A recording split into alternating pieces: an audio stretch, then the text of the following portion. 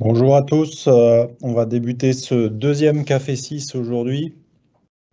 Donc on va reprendre le même format que la dernière fois. On a fait le premier Café 6 il y a un mois pour parler du génie civil. Le principe, c'est de reparler à chaque fois, de présenter une équipe de recherche, présenter un élément de formation.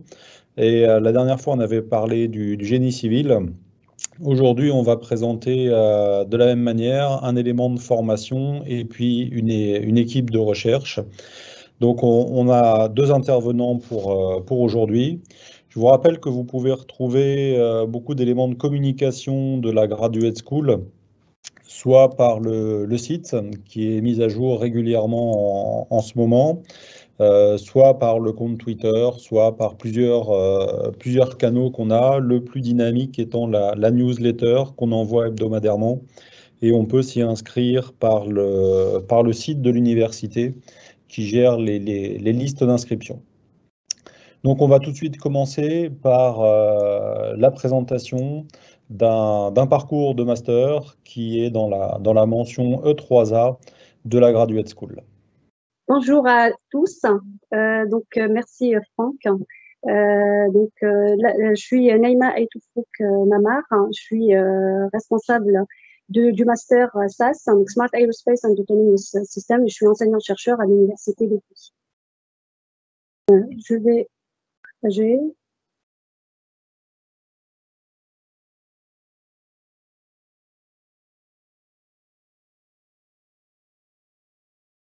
Donc, est-ce que là, tout le monde m'entend? Oui. Donc, voilà. Donc, avant de vous présenter ce master, je vais vous présenter la composante qui est l'accueil, qui est l'UFR Sciences et Technologies. C'est l'une des 5 UFR de l'Université d'Evry. Donc, l'UFR compte 1110 étudiants partant de L1 jusqu'au M2. Elle porte 4 mentions en formation initiale, continue et en apprentissage. Ces 4 mentions sont E3A, donc électronique, énergie électrique et automatique, ISC, ingénierie des systèmes complexes, mécanique et design.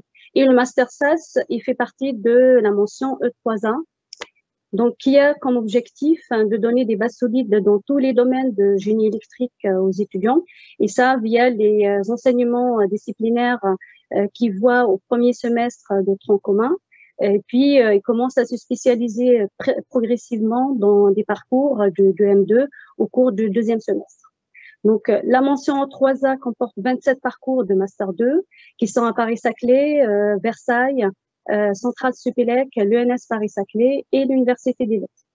Alors, sur le site d'Evry, on compte 2 Master 1, un MA E3A et un MA International Track qui compte plus de 70 étudiants, et 5 parcours de M2 qui comptent plus de 150 étudiants. Alors, je vais brièvement parler de ces 5 parcours. Donc, on a réalité virtuelle et système intelligent qui traite de l'interaction en machine, réalité virtuelle et augmentée. Système automatique mobile qui a accès aux véhicules terrestres intelligents et autonomes en se basant sur les approches modèles et capteurs. Et là, cette année, nous avons ouvert un nouveau parcours international qui est Mechatronics Machine Vision and Artificial Intelligence, qui traite au fait de la mécatronique, de l'instrumentation et de l'IA. Nous avons un premier parcours de l'aéronautique qui est l'ingénierie des systèmes aéronautiques et spatiaux, qui forme les étudiants sur la conception et l'intégration des systèmes aéronautiques. Et enfin, le deuxième parcours de master en aéronautique, c'est le Smart Aerospace and Autonomous System, SAS, qui est un master international en partenariat avec l'Université de technologie de Poznań. Donc, je vais vous présenter donc par la suite. Donc, ce master se fait en M1 et en M2, en simple diplôme et double diplôme. Je vous expliquerai par la suite la signification de cette répartition. C'est une formation labellisée par le pôle de compétitivité ASTEC. C'est une reconnaissance de qualité de qualité de la formation qui est en adéquation avec les attentes et les compétences attendues par le secteur de l'aéronautique. Donc, nous avons le secrétariat au niveau de l'UFRST et tout ce qui est coordination et suivi de l'accord et suivi d'étudiants en mobilité est traité par la direction de la recherche et des relations internationales de l'UEV et de Paris-Saclay. Alors, un petit mot sur le partenaire. Donc, notre partenaire, c'est l'Université de technologie de Poznań. Donc, il compte 16 000 étudiants répartis sur 9 facultés. Notre accord est établi avec la faculté de contrôle robotique et génie électrique. Donc, ce master-là a vu le jour en 2015 avec à partir d'un partenariat qui a été établi par Madame Yasmina Bistaoui. Et dernièrement, il a été renouvelé en 2021, et ce pour 5 ans.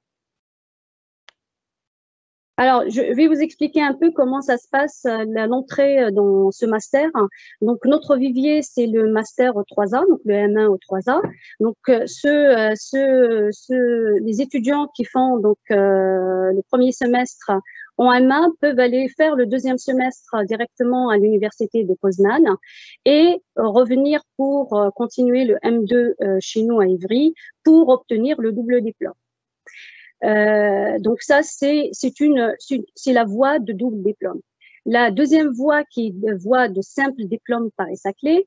Donc les étudiants de M1 peuvent directement accéder au M2, mais donc notre M1 ou les autres M1 de France ou de l'étranger.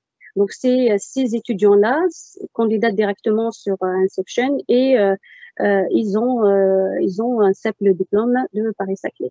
Donc, les enseignements sont dispensés en anglais.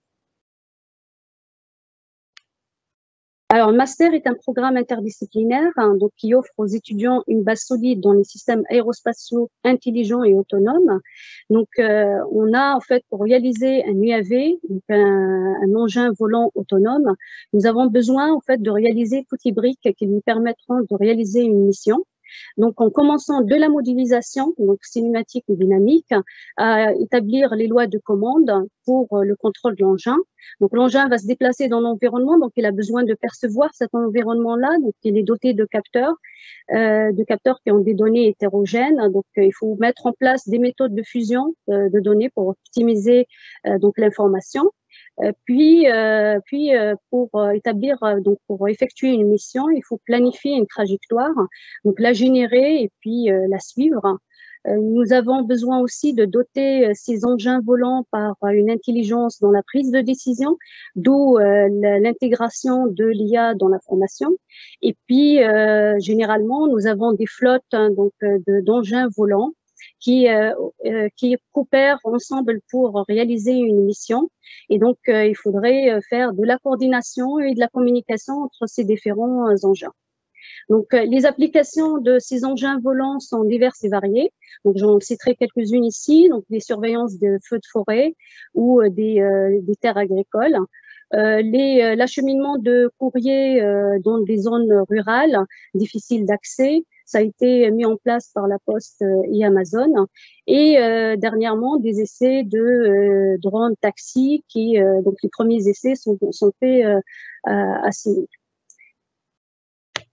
Donc, à la sortie de ce master, donc les étudiants doivent être capables de développer et concevoir des systèmes autonomes aériens de la partie modélisation jusqu'à la commande du système, maîtriser les enjeux de la télécommunication et analyser les systèmes de perception et de localisation, maîtriser les aspects théoriques en mettant cela en application. Et dans la formation, justement, on renforce cet apprentissage-là en mettant en place des travaux pratiques, des projets et le stage de fin d'année.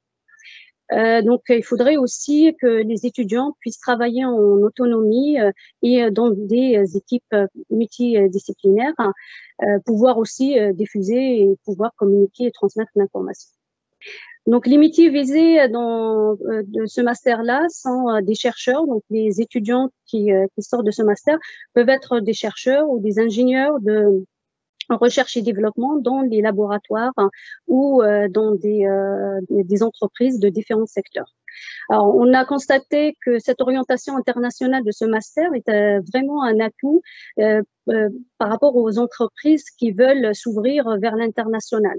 Donc, en fait, ils apprécient beaucoup ce volet international dans notre formation. Alors, cette formation est par et pour la recherche. Donc, par la recherche, parce que l'équipe pédagogique qui intervient dans nos enseignements sont spécialement des enseignants-chercheurs du laboratoire IBISC, informatique, bioinformatique, système complexe, et surtout des deux équipes ERA2 et ICIAM. Nous avons aussi des intervenants de l'extérieur, de l'Institut franco-allemand de Saint-Louis, ainsi que des chercheurs de l'IPSA. Donc, ce lien, donc cet adossement à la recherche, donc qui est un lien vraiment très fort entre ce master et nos équipes de recherche, notamment quand on regarde, donc Dalil expliquera tout à l'heure les activités de l'équipe SIAM, donc SIAM pour signal image automatique. Les aspects qu'on traite en recherche sont vraiment des aspects de formation.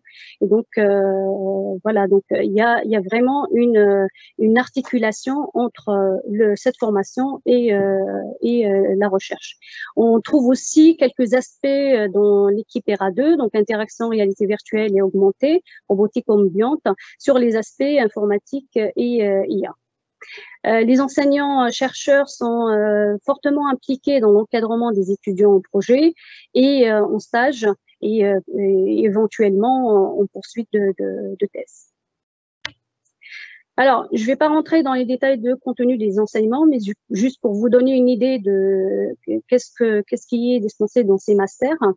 Donc, comme je l'avais dit tout à l'heure, le semestre 1 du master 1 est un semestre disciplinaire. Donc, on retrouve les éléments troncs communs.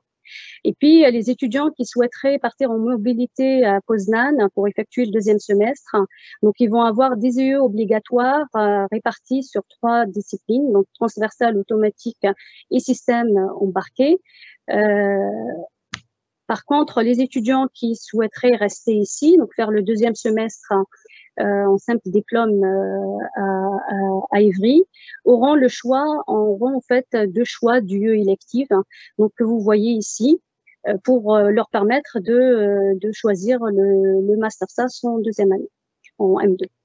Donc, le deuxième semestre, il y aura également des TER, donc des travaux d'études et de recherche qui sont proposés et encadrés par les enseignants et les enseignants-chercheurs de l'UFRST.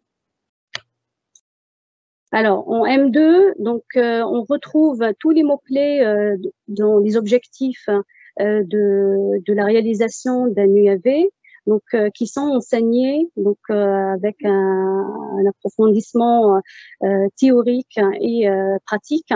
Donc on retrouve du contrôle, de la modélisation, de la planification, de la perception, de la communication, de la coordination, de la fusion de capteurs. Donc tous ces éléments-là nécessaires pour concevoir un engin volant autonome et intelligent. Le deuxième semestre a une orientation très forte en pratique parce que les étudiants vont faire un projet. Donc, ils commencent par un projet individuel qui a une finalité réalisation d'un poster présenté lors des journées des doctorants de laboratoire IBISC. Et ils continuent ensuite sur un projet d'1 mois où ils peuvent faire une étude bibliographique, des simulations ou même des réalisations pratiques.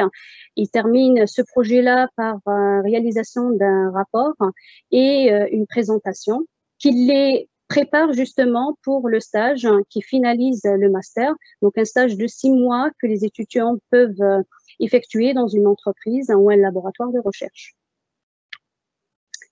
Alors, je vous présente quelques plateformes expérimentales que nous avons à l'UFRST et au laboratoire IBISC. Donc, avant de commencer cela, je vais vous parler de l'association des étudiants, l'association Octave, qui est composée des étudiants qui sont qui sont en fait où les enseignants sont fortement impliqués. Donc, ils ont en fait leur mission, c'est de réaliser des fusées ou des satellites, du style CANSAT. Là, par exemple, vous voyez une fusée qu'ils ont réalisée en 2013, qui a été lancée à Bikaros. Donc, il y a eu un concours de lancement dans le cadre de Perseus, qui est piloté par le CNES. Donc là, on a une plateforme d'un drone qui atterrit sur une plateforme mobile.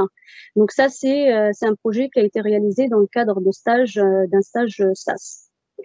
Nous avons également des plateformes pédagogiques, donc comme le Canzer ici, Canzer Aéro et Canzer, donc ce deuxième-là, Canzer UAV. Donc le Canzer Aéro pour une modélisation d'un hélicoptère. Et Canzer UAV, c'est un mini-drone avec un renforcement pour améliorer la stabilité et la protection de l'engin.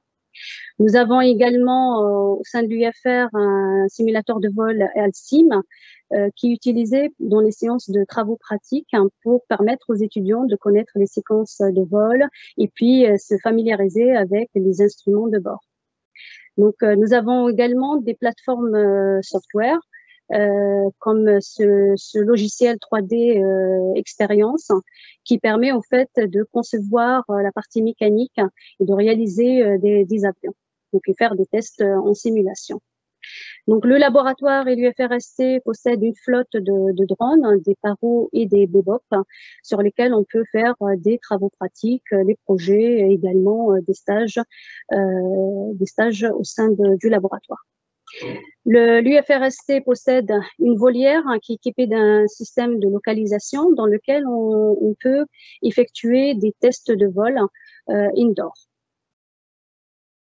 Voilà, donc je termine cette présentation avec un petit bilan. Donc, un bilan de l'année dernière, nous avons eu un effectif de 14 étudiants sur ce master, dont 4 sont venus de la Pologne. Tous les étudiants ont trouvé un stage. Donc, on était sur un taux de réussite de 100%. Donc, depuis l'ouverture de ce master en 2015, donc les taux de réussite sont entre 90% et 100%.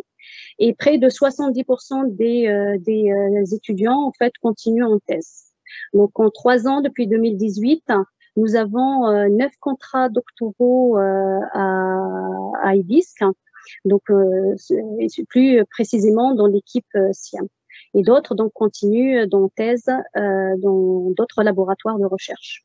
En termes d'insertion professionnelle, donc on a eu des retours sur une excellente insertion de nos étudiants dans l'industrie et dans les entreprises.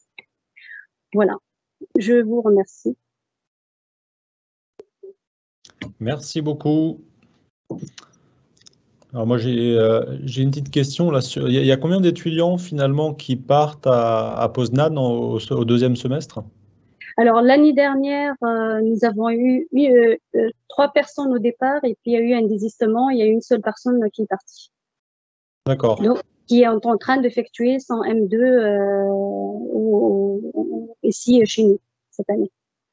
D'accord. Okay. Oui, ils reviennent après pour le deuxième. Voilà. Pour la deuxième année. Et donc, lui, il aura un double diplôme. Très bien, d'accord. Et alors, vous avez fonctionné comment pendant le confinement? Parce que ça a l'air d'être assez pratique aussi comme formation.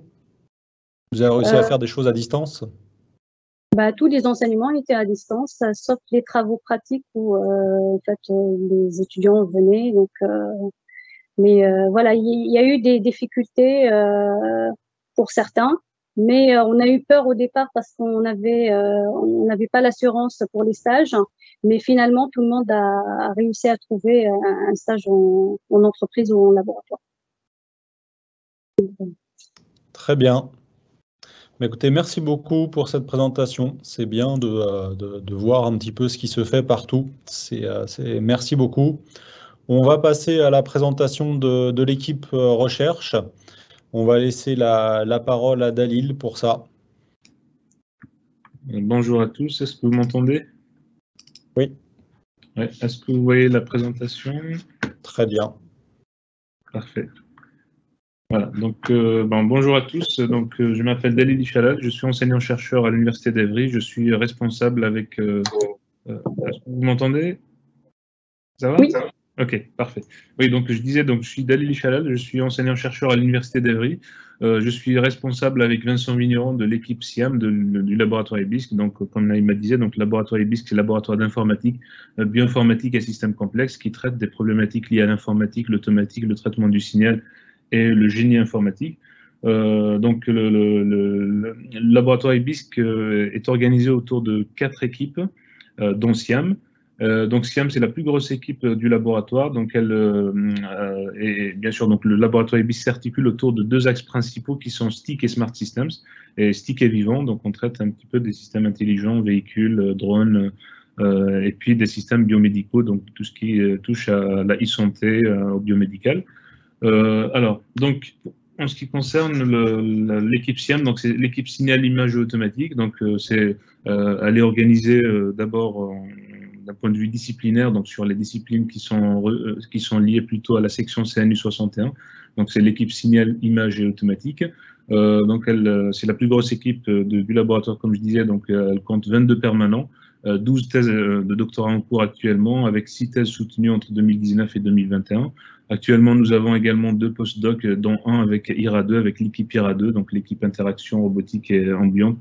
Et puis, nous accueillons de 3 à 5 stagiaires de Master 2 par an.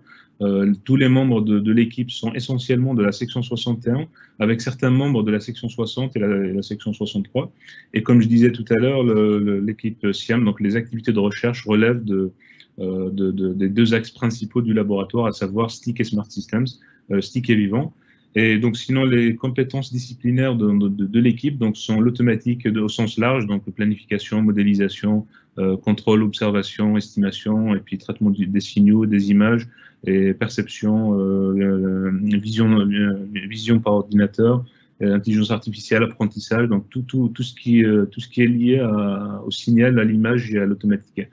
Donc, nous avons organisé cette équipe en 3 axes. Donc, la logique de cette organisation, c'est qu'on s'est dit qu'on développe des méthodes, des méthodologies et des outils basés sur des données. Donc, on a classé toute cette activité-là dans l'axe 1, donc qui nécessite une modélisation pour pouvoir développer des choses, par exemple des contrôleurs, des observateurs. Donc, l'axe 1 qu'on a appelé complexité système cyberphysique, qui traite essentiellement des systèmes non linéaires, pour des problématiques d'observation, de contrôle, de diagnostic et de contrôle tolérant aux défauts.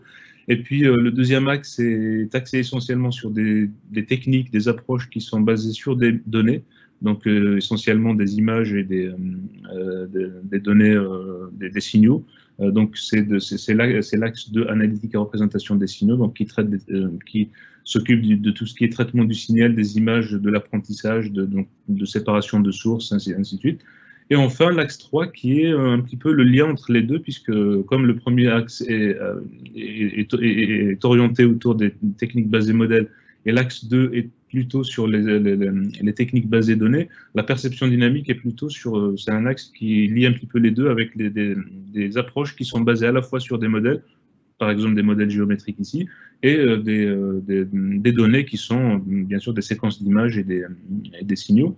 Et donc, bien sûr, les applications qui font le lien entre les différents axes, donc avec des applications transversales sur le véhicule terrestre 2, 3 et 4 roues, des véhicules aériens comme le dirigeable, les drones, les fusées, et puis le domaine biomédical, tout ce qui est traitement du signal et traitement d'images. Donc, je vais essayer avant de rentrer un petit peu dans quelques détails de chacun des axes. Donc, je situe un petit peu l'écosystème de l'équipe. Donc, l'équipe travaille déjà avec les différentes équipes du laboratoire, les 3 autres équipes du laboratoire.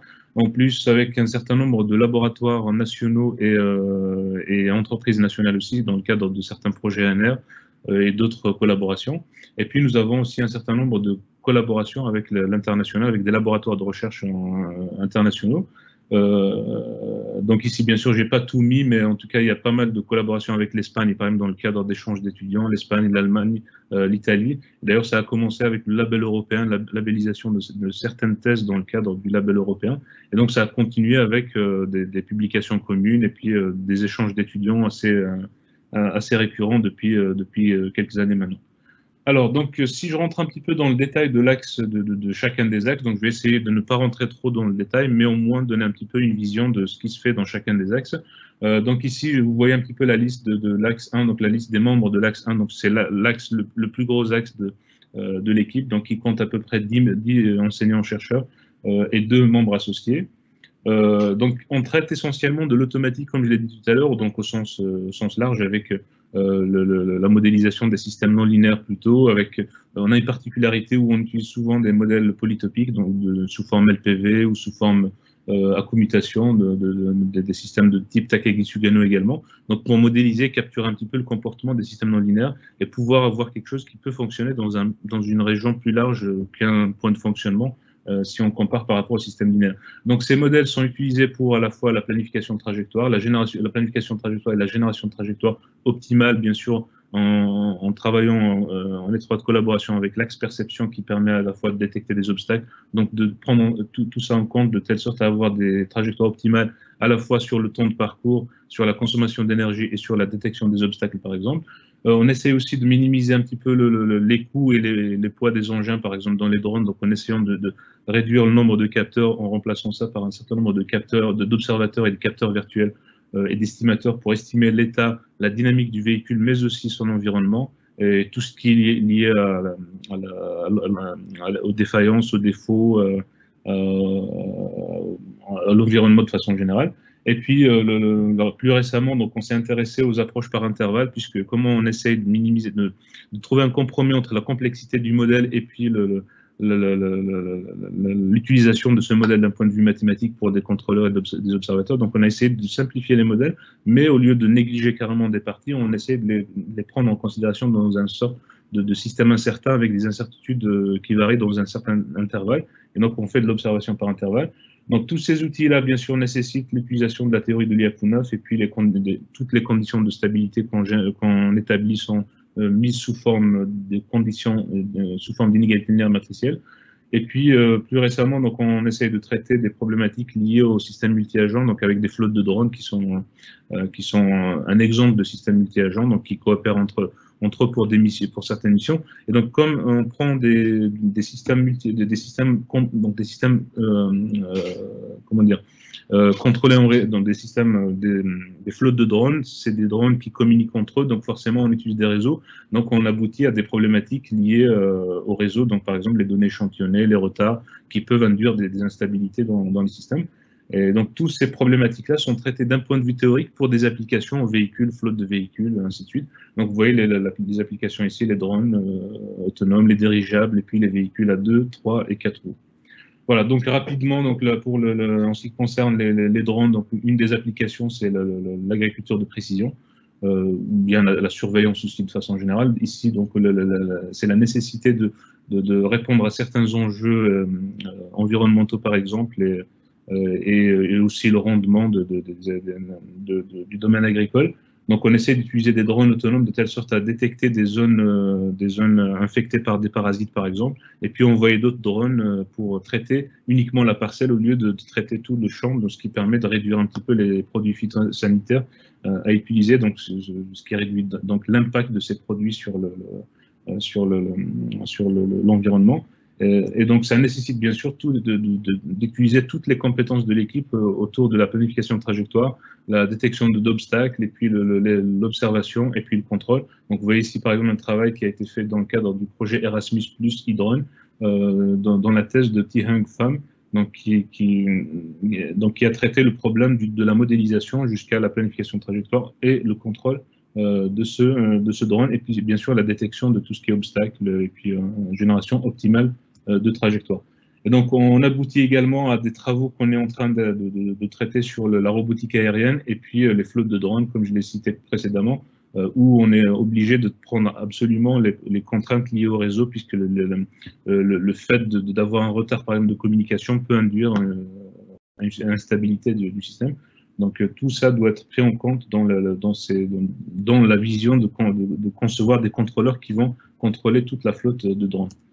Voilà. Et une autre application qu'on est en train de traiter également, c'est la réutilisation, le développement d'une nouvelle génération de dirigeables. Donc, on connaît tous l'histoire tragique des dirigeables, mais là, l'idée, c'est de les réutiliser pour le transport de fret au lieu du transport de passagers. Donc ici, si on arrive à développer des dirigeables autonomes, donc ça pourrait servir à réduire, par exemple, le nombre de camions qui transitent à travers nos routes pour transporter des charges lourdes. Et donc, ça pose bien sûr des problématiques de modélisation, puisque c'est un gros engin qui déplace des masses énormes d'air. Donc, ça nécessite quand même une modélisation en collaboration avec les mécaniciens, parce que par exemple ici on a besoin de l'estimation de la masse ajoutée par exemple, de la prise en compte de la flexibilité des câbles et surtout le fait, la prise en compte des oscillations des charges transportées, puisque les oscillations peuvent induire l'instabilité également. Et donc ça pose toutes les problématiques que j'ai citées précédemment sur les drones, à savoir la planification de trajectoire, la génération de trajectoire, le contrôle, l'observation et bien sûr la modélisation. Voilà. Et aussi donc tous les problèmes de diagnostic d'actionneurs, de capteurs et surtout de replanification de trajectoire, parce qu'on peut planifier une trajectoire sur un système qui fonctionne, mais après, dès qu'il y a un actionneur qui est en panne, donc il faut replanifier la trajectoire. Peut-être que la trajectoire planifiée précédemment n'est plus admissible, donc il faudra replanifier une trajectoire en tenant compte de la détection de ces défauts. Donc ce travail donc, est en cours de préparation avec l'ONERA, avec le Cluster Drone, et aussi avec une entreprise qui développe ce type d'engin qui est Flying Whales, anciennement Derisoft, et bien sûr avec les laboratoires de mathématiques et les laboratoires de mécanique d'Evry, donc collaboration sur la partie modélisation. Voilà, une dernière application de cet axe, c'est les véhicules à 2 roues motorisés, donc essentiellement sur les problématiques de sécurité routière, donc de développement de systèmes actifs ou passifs pour la détection de défauts. Donc ici, nous avons un certain nombre de projets, donc un projet ANR Virolo++ qui s'est terminé l'année passée, qui portait sur la reconstruction fine de trajectoires des motos à des fins de formation. Donc c'est un projet avec la Gendarmerie nationale. Et puis nous avons aussi la même problématique sur la détection de gestion de situations critiques dans un projet qui vient de commencer, qui se terminera en 2025, c'est le projet Artismo.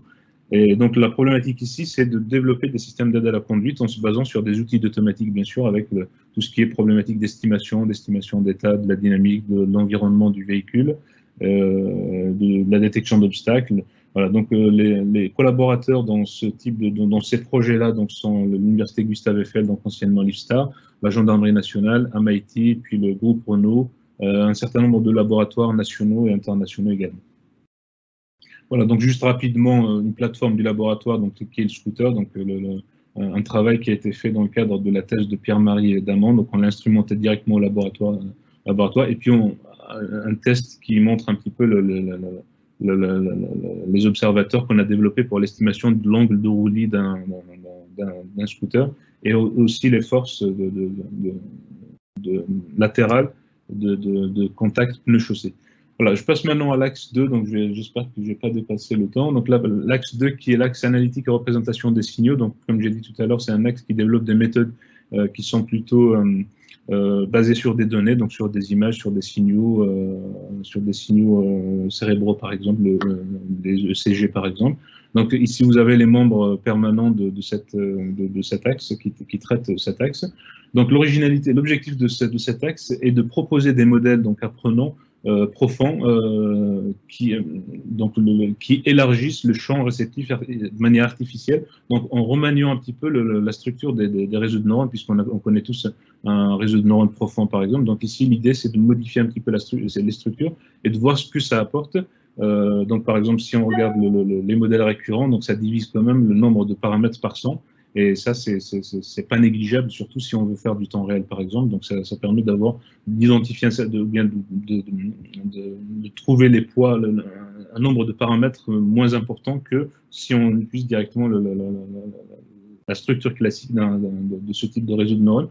Ensuite, donc, un autre modèle d'apprentissage original, c'est l'utilisation de ces structures de telle sorte à identifier en quelque sorte des modèles dynamiques stochastiques, donc en utilisant le théorème de Gersanov. Donc ça permet une prédiction, mais aussi une reconstruction de canaux manquants dans des situations de signaux multidimensionnels, par exemple.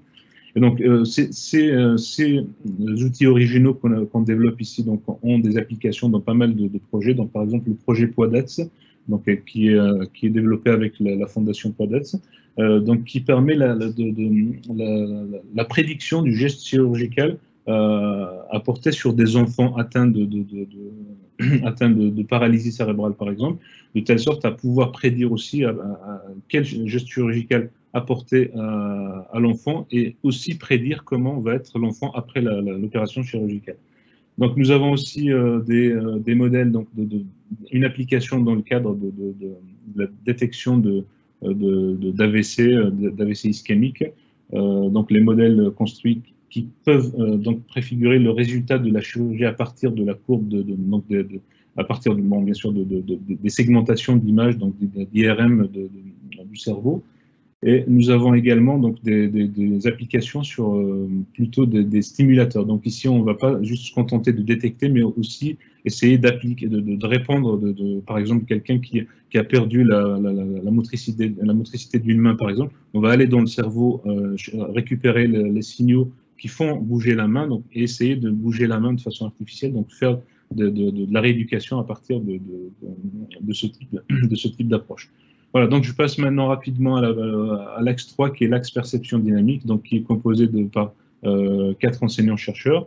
Et donc dans cet axe, l'objectif est de faire de la perception, donc la perception multimodale, donc à partir d'un certain nombre de capteurs, essentiellement des capteurs visuels. Donc vous avez ici une liste de caméras conventionnelles, non conventionnelles, et à partir de ces caméras-là, bien sûr combinées à d'autres capteurs, donc par exemple les GPS, le LIDAR, les centrales inertielles, de telle sorte à pouvoir cartographier, détecter des obstacles, cartographier un environnement inconnu et pouvoir aussi même naviguer dans un environnement inconnu. Donc les contributions principales dans cette activité de recherche sont la modélisation des capteurs. Donc on essaie de modéliser ces capteurs-là, donc et les intégrer dans les approches. L'utilisation du flot optique, par exemple, pour l'estimation d'une vitesse d'un véhicule, par exemple, qui a été fait récemment sur une moto. Et puis, vous avez aussi la fusion de données, donc comme j'ai dit tout à l'heure, avec les capteurs visuels plus un certain nombre d'autres capteurs qui permettent d'apporter d'autres informations, qui permettent également d'enrichir un petit peu les informations qu'on peut extraire à partir de ces signaux. Et donc après, bien sûr, la perception est utilisée également dans le cadre de la commande en robotique, donc tout ce qui est asservissement visuel, la planification de trajectoire, la commande hybride, donc la vision forte, navigation topologique, et puis la modélisation et évitement d'obstacles, surtout dans des environnements inconnus, bien sûr, donc des applications, par exemple, lors des accidents dans des centrales nucléaires, par exemple, ou des choses comme ça, où on envoie un robot, on envoie un robot dans un environnement inconnu, donc il va essayer avec tous ces capteurs-là, tous ces algorithmes de cartographier l'environnement et pouvoir naviguer et puis secourir, par exemple, s'il y a des personnes dedans. Et donc, on trouve, par exemple, dans la même problématique, le projet ANR LOCA 3D, donc, qui s'est terminé cette année, donc, qui est un projet avec l'armée et qui consiste à utiliser des capteurs à bas coût pour pouvoir naviguer dans un environnement inconnu ou bien dans un environnement indoor ou bien outdoor, donc avec l'utilisation ou non de GPS, de signaux GPS, utilisation de caméras un peu particulières, donc qui permettent, des caméras thermiques par exemple, ou des caméras qui peuvent donner des informations à partir d'un environnement obscur ou bien avec des fumées, et donc pouvoir à partir des algorithmes développés extraire le maximum d'informations pour pouvoir cartographier un petit peu cet environnement.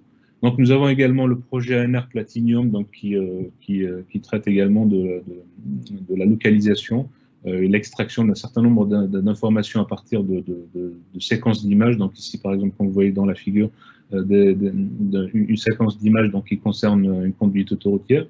Donc là, on essaie de détecter un petit peu le marquage au sol et puis d'apporter un certain nombre d'informations en plus pour le véhicule, de telle sorte à aller un peu plus dans l'autonomie de ce véhicule. Et enfin, donc, je termine également avec le projet ANR iCube 2018 jusqu'à 2022, donc, qui est similaire un petit peu au projet LOCA 3D, où on utilise des techniques de perception pour la détection de véhicules, par exemple, dans un environnement dégradé, la nuit, avec du brouillard, donc de telle sorte à apporter une aide en plus pour le conducteur ou même pour le véhicule autonome, de telle sorte à pouvoir naviguer en présence d'autres véhicules sans problème. Voilà un petit peu ce que je peux dire sur les activités de l'équipe SIAM. Donc j'espère que je n'ai pas dépassé le temps. Donc si vous avez des questions, je suis à votre disposition. Merci. Merci beaucoup Dalil pour cette présentation. Je vois qu'il y a une question à propos des études mécaniques. Avec qui sont faites les études mécaniques et est-ce qu'elles sont faites au sein de l'université? Les études, donc c'est partie recherche ou partie enseignement? Recherche, oui, recherche. Je ne sais pas, c'est pas précisé. D'accord, les études mécaniques, bon, si je considère que c'est des études mécaniques sur, par exemple, la modélisation des dirigeables, je ne sais pas si c'est ça la question.